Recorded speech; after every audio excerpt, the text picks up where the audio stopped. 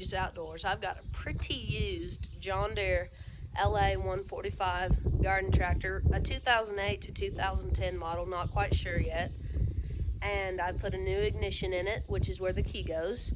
I connected all the wires, and we have a new solenoid in it, but it's still not wanting to crank. I have it on the battery charger, but I am gonna hopefully try and fix it up and get it looking as good as my Cub Cadet here that I've also fixed up. This is probably gonna be a couple part series where we're gonna hopefully try and get this tractor fixed up to where we can do different stuff with it, like drag the driveway out here or anything fun like that. It is a hydrostatic transmission with a 48-inch cutting deck with pretty good belts on it.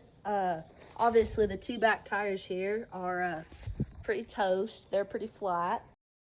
We have the mower on the battery charger, but the battery is not holding a charge, so that makes me think there's something in here like a loose connection which is draining the battery power, because it is out of the battery in this lawn tractor, which has been starting and running good all week.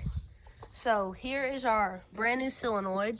It's a little different than the old one, but we're gonna try and touch the ends of this screwdriver to these top posts right here and try and bypass it, so that way we can just get our direct current flowing to the starter right here, which has a little gear that comes up and cranks a gear that's around the engine, which makes the engine turn and hopefully start. We're gonna find out. We're gonna turn the key and see if we can get the hour meter to come on.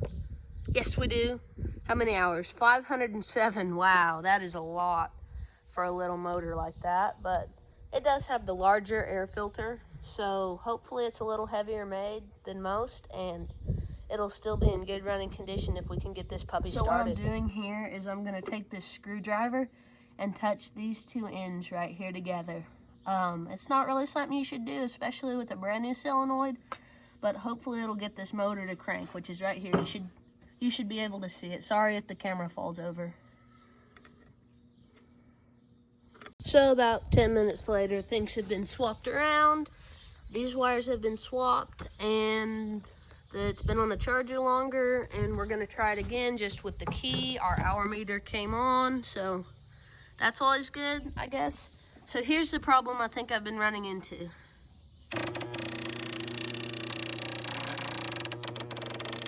The solenoid's clicking very rapidly, but the motor's not turning. So I have no idea what causes that. I'm not an engine specialist, but I do know we're gonna try and bypass it and just jab the screwdriver on it. Oh, we're getting sparks. Oh, good stuff, good stuff. Come on, come on. It's trying. See, the motor's just barely turning. Well, that's not helpful. I'm gonna spray a little penetrating blaster PB on these that you can use on electrical. It's compatible with electricity. This video is not sponsored, but I do really like this product, and it seems to work really well. Things have been swapped, put some PB on it. We're gonna have to turn the key and see what happens. Parking brake is on. We should be able to turn the key. No way, no way! Guys, this is gonna be a couple part series, but looking pretty promising as of this point. Make sure to like and subscribe if you enjoyed this video, and you'll just have to stay tuned to find out what happens with the John Deere LA 145 garden tractor.